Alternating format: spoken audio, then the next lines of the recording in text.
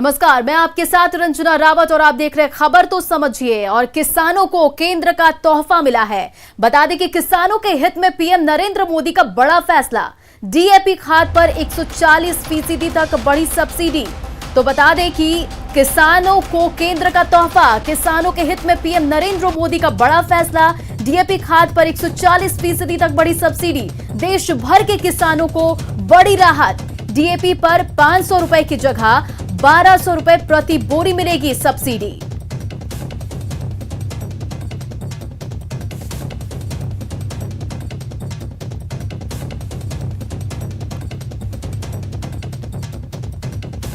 तो किसानों को केंद्र का बड़ा तोहफा, किसानों को अब 500 के जगह 1200 मिलेगी प्रति बोरी की सब्सिडी। पीएम नरेंद्र मोदी ने किसानों की दी बड़ी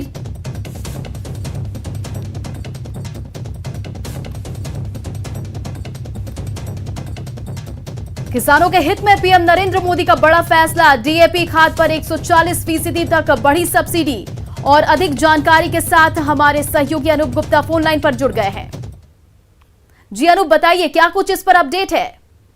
देखिए, आपको बता दूं कि प्रधानमंत्री नरेंद्र मोदी गुजरात दौरे के बाद जब दिल्ली आए तो उन्होंने एक हाई लेवल बैठक की और जानना चाहा कि आखिर किस वजह से उर्वरक के दामों में बढ़ोतरी की गई है। क्योंकि देखिए, विपक्षी पार्टियां लगातार विरोध कर रही थी और जिस तरीके से हमने देखा कि ये जो सरकार है वो किसानों के हित में फैसला लेने पर किसी भी तरीके से कोताही नहीं बरतती। अंतर्राष्ट्रीय स्तर पर मूल्यों की कीमत में बढ़ोतरी हुई है, जिसकी वजह से जो है उर्वरक की कीमतों में बढ़ोतरी हुई थी। और साफ तौर से उस बैठक में, जो हाई लेवल बैठक हुई थी, उसमें प्रधानमंत्री नरेंद्र मोदी ने साफ तौर से अपने अधिकारियों को, मंत्रालय को सीधे सीधे कह दिया कि किसानों को किसी तरीके से बोझ नहीं आना चाहिए। और यही वजह है कि पिछली बार जितनी कीमत थी 1200 रुपए प्रति बोरी, उसी कीमत में अब भी मिलेगी। हालांकि चूंकि अंतर्राष्ट्रीय स्तर पर बढ़ोतरी हुई है, ऐसे में सरकार पर भार ज्यादा होगा, लेकिन जो बढ़ा हुआ भार है वो सरकार सब्सिडी के तौर पर देगी और जो कंपनियां, उर्वरक कंपनियां, वो सीधे किसानों को पहले के ही मूल्य में जो है वो उर्वरक बेचेगी।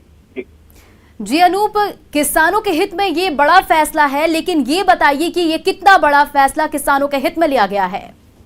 देखिए, बहुत बड़ा फैसला है, क्योंकि हमने देखा कि आज सुबह से ही इस पर राजनीति बहुत गर्मा रही थी। देखिए, कोरोना का पूरा मुद्दा चल रहा है, लेकिन इन सब के बीच जिस तरीके से पूरे देश में किसान आंदोलन चल रहा है, किसान तमाम मुद्दों को लेकर सरकार के खिलाफ मोर्चा खोले हुए हैं, ऐसे में विपक्षी पार्टियां इसको कहीं ना कहीं भुनाने की कोशिश में थी। और सुबह से ही हमने देखा कि कांग्रेस की तरफ से इस बात को कहा जा रहा था कि बीजेपी और केंद्र सरकार जो है इस मुद्दे को कहीं ना कहीं छिपाने की कोशिश कर रही है। क्योंकि उर्वरक के दाम में बढ़ोतरी होती है तो इससे सीधे सीधे किसानों को नुकसान होता है और किसानों पर भार बढ़ता है। और प्रधानमंत्री नरेंद्र मोदी लगातार ये कह चुके हैं कि किसानों पर किसी तरीके के भार नहीं होना चाहिए, किसी तरीके का बोझ नहीं होना चाहिए। और ये जो सरकार है वो किसान समर्थक और किसान के लिए, किसान के हित में काम करने वाली सरकार है। ऐसे में जैसे ही प्रधानमंत्री के संज्ञान में ये बातें आई, प्रधानमंत्री नरेंद्र मोदी, चूंकि आज का दिन अगर आप देखें तो बहुत हैक्टिक दौरा था, साइक्लोन की वजह से वो गुजरात गए हुए थे, वहां उन्होंने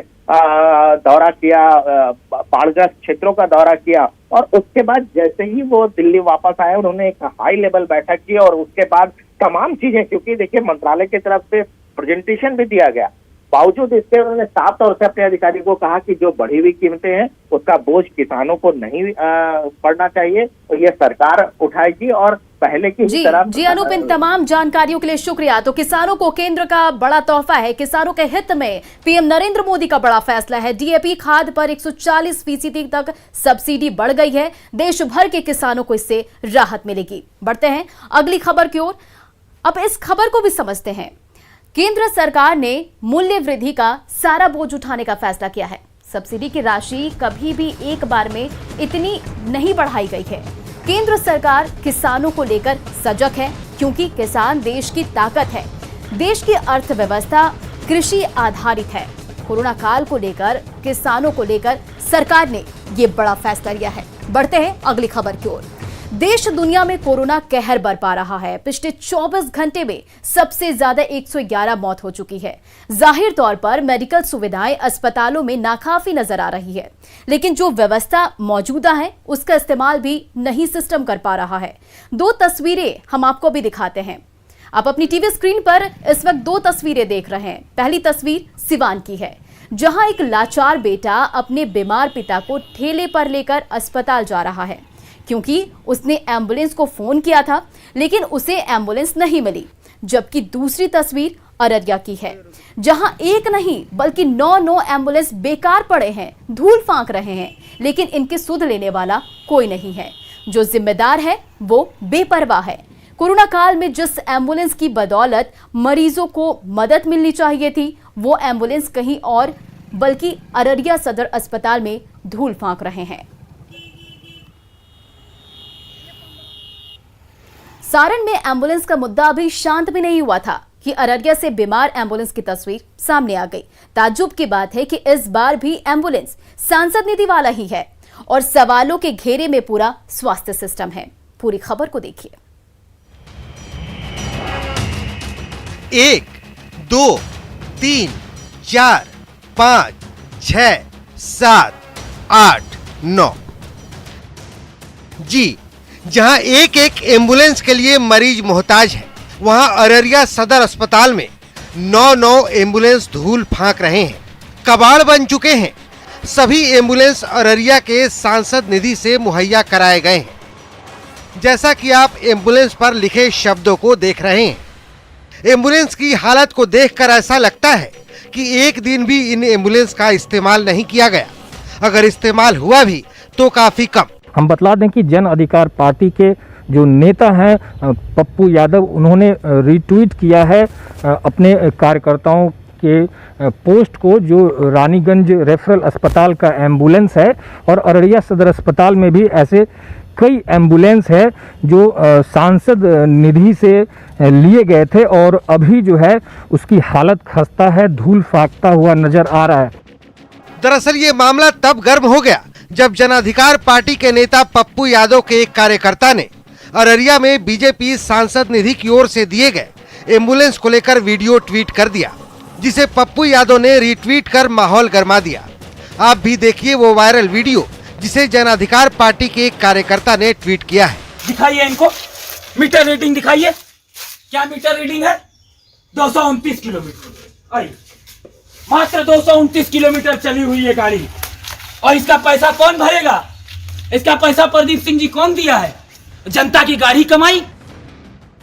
वीडियो में साफ साफ दिखाई दे रहा है कि रानीगंज रेफरल अस्पताल में खड़ी एक एम्बुलेंस मात्र 229 किलोमीटर चली है।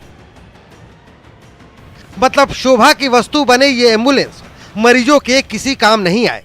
जब हमने एम्बुलेंस पर बरती गई लापरवाही को लेकर अररिया के सांसद प्रदीप सिंह से सवाल किया तो उन्होंने 2010 का हवाला देते हुए स्वास्थ्य विभाग पर बदहाली का ठिकरा फोड़ दिया।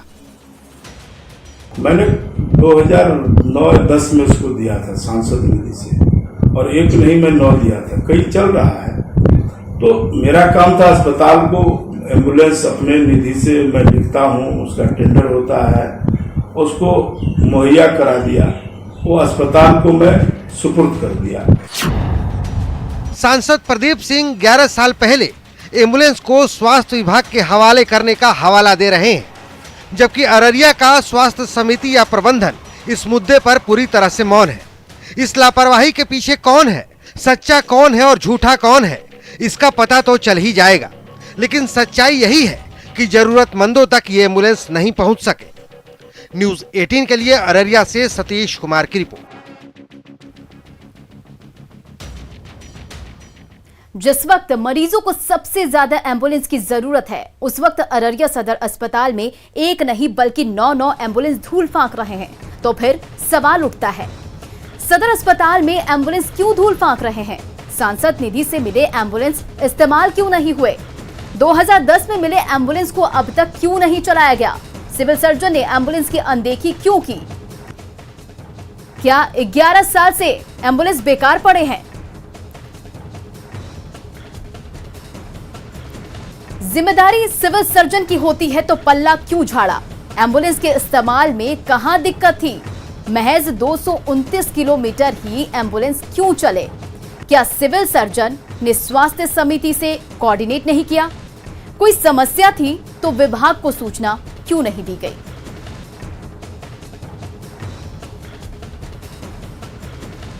अब जरा खबर एम्बुलेंस के संचालन की पूरी प्रक्रिया को समझ लीजिए।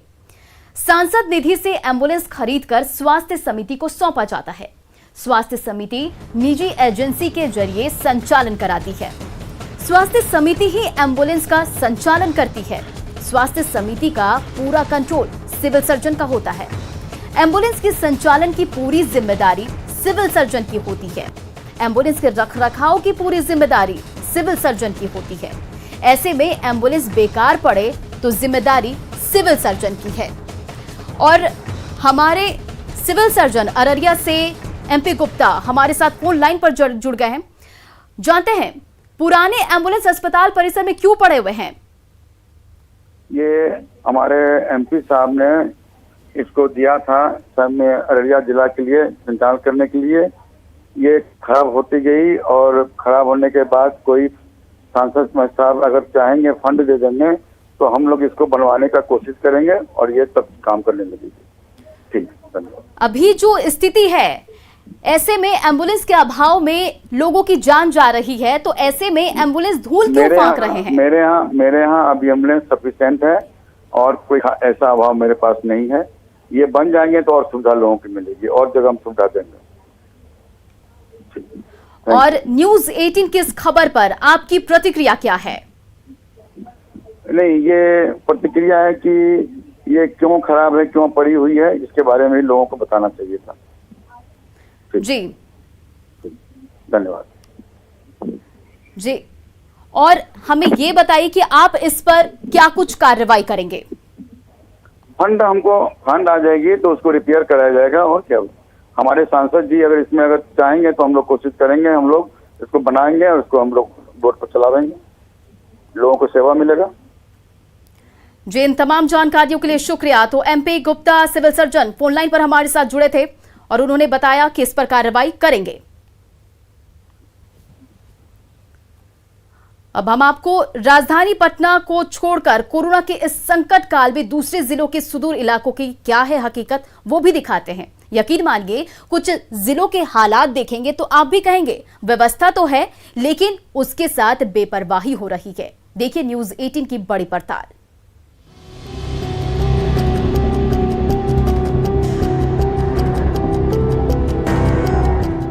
सीवान के मैरवा से आई ये तस्वीर मामूली नहीं है, बल्कि उस व्यवस्था का कच्चा चिट्ठा है जो कोरोना काल में अब साफ साफ नजर आने लगा है। ठेला ठेलने वाला लाचार बेटा है और ठेले पर लेटा बीमार पिता। इस लाचार बेटे ने एम्बुलेंस के लिए कई बार व्यवस्था को फोन किया, लेकिन व्यवस्था बहरी साबित हुई और मजबूरन ठेले का सहारा लेना पड़ा। कह रहे हैं कि एम्बुलेंस वाले के पास, सरकारी एम्बुलेंस वाले के पास 10 बार फोन किए हैं, वो अभी फोन नहीं उठाया। उसके बाद से हम कोई ना कोई व्यवस्था करके ठेला पर ले जा रहे हैं। इस तस्वीर के बाद न्यूज़ 18 ने राजधानी पटना को छोड़कर कुछ जिलों के हेल्थ सिस्टम की हकीकत को जानने की कोशिश की, जिसके बाद सच्चाई परत दर परत खुलने लगी। सबसे पहले हम आपको पटना और अरवल की सीमा पर मौजूद एक उप स्वास्थ्य केंद्र का हाल दिखाते हैं। आराम से गाय चारा पघुरा रही है, चारों ओर गंदगी का अंबार है, अस्पताल में चारे की भरमार है, अगर कुछ नहीं है तो इलाज की व्यवस्था। इमामगंज बाजार के इस उप स्वास्थ्य केंद्र में इलाज तो नहीं मिलेगा, लेकिन यहाँ जानवर और जुआरी जरूर मिल जाएंगे। ये मवेशियों का तबेला बना हुआ है। हम इस अस्पताल में खुद ही यहाँ पर ये जानवर बांध करके इसमें तकरीबन 20 सालों से इसकी इलाज की जा रही है। इसके अलावा इस अस्पताल में मवेशियों के खाने के चारागाह भी रखा गया है। खास करके इमामगंज बाजार में नशेड़ियों और जुआरियों का भी इस जगह पर अड्डा होता है।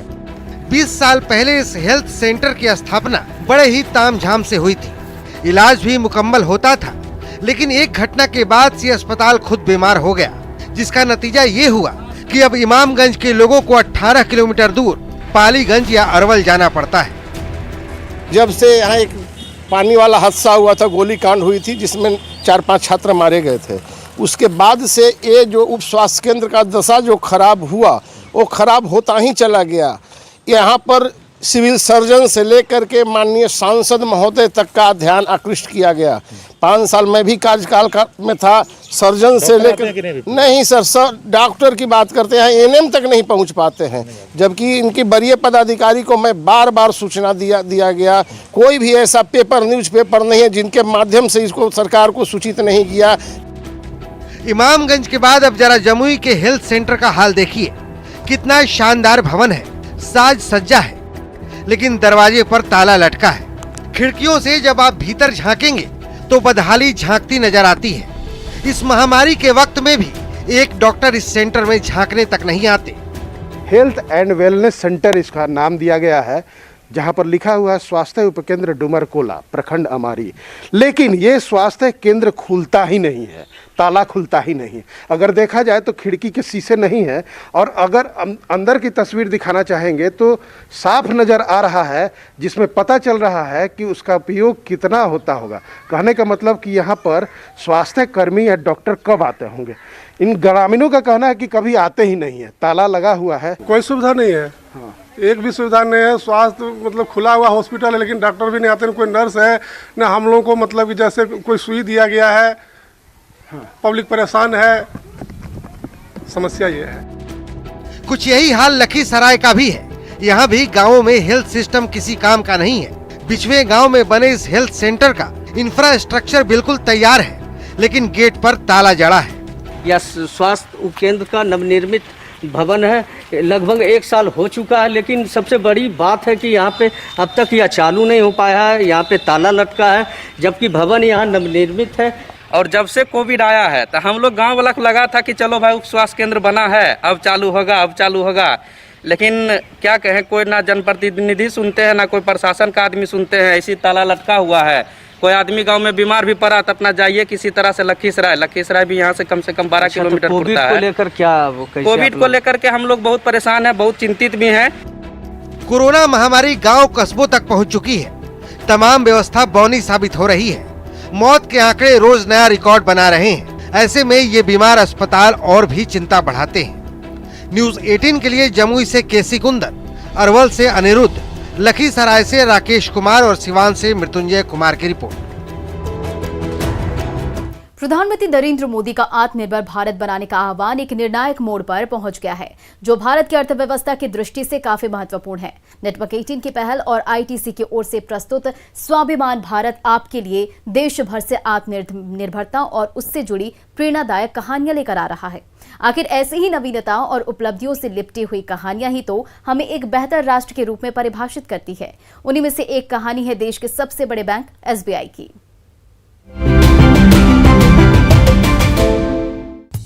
इसकी शुरुआत जून 1806 में कलकत्ता बैंक के रूप में हुई थी। 1921 में सभी 3 बैंक को जोड़कर इंपीरियल बैंक ऑफ इंडिया बनाया गया, जिसने 1935 में आरबीआई के संस्थापन तक भारत के केंद्रीय बैंक के रूप में कार्य किया और आखिर में भारत की स्वतंत्रता के बाद 1955 में इंपीरियल बैंक ऑफ इंडिया भारतीय स्टेट बैंक बन गया। There was no commercial bank which was actually in existence to support the rural ambitions of the economy, and it is actually at that point of time it was envisaged, and a agricultural committee was set up under the All India Rural Credit Survey Committee was set up, and on the recommendations of this committee, this particular State Bank of India came into existence in the year 1955. बड़े निजी बैंकों के प्रसार के बावजूद SBI अभी भी देश के सबसे बड़े बैंक के रूप में कार्यरत है, जिसमें से 23% मार्केट शेयर एसेट्स के माध्यम से और 25% लोन और डिपॉजिट के अंतर्गत आते हैं। यह दुनिया का 43वां सबसे बड़ा बैंक भी है और 1920 की दुनिया के सबसे बड़े कॉरपोरेशन की फॉर्च्यून ग्लोबल 500 की सूची में 221वें स्थान पर है, जो स्वाभिमान भारत की एक जीती जागती मिसाल है।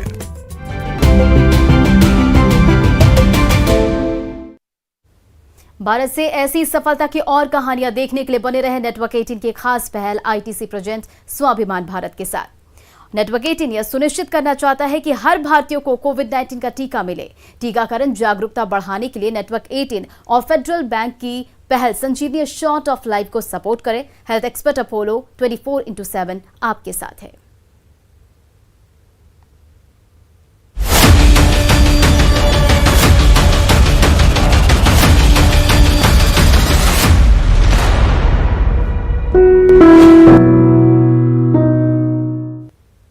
तो फिलहाल इस बुलेटिन में इतना ही। बने रहिए न्यूज़ 18 बिहार झारखंड के साथ।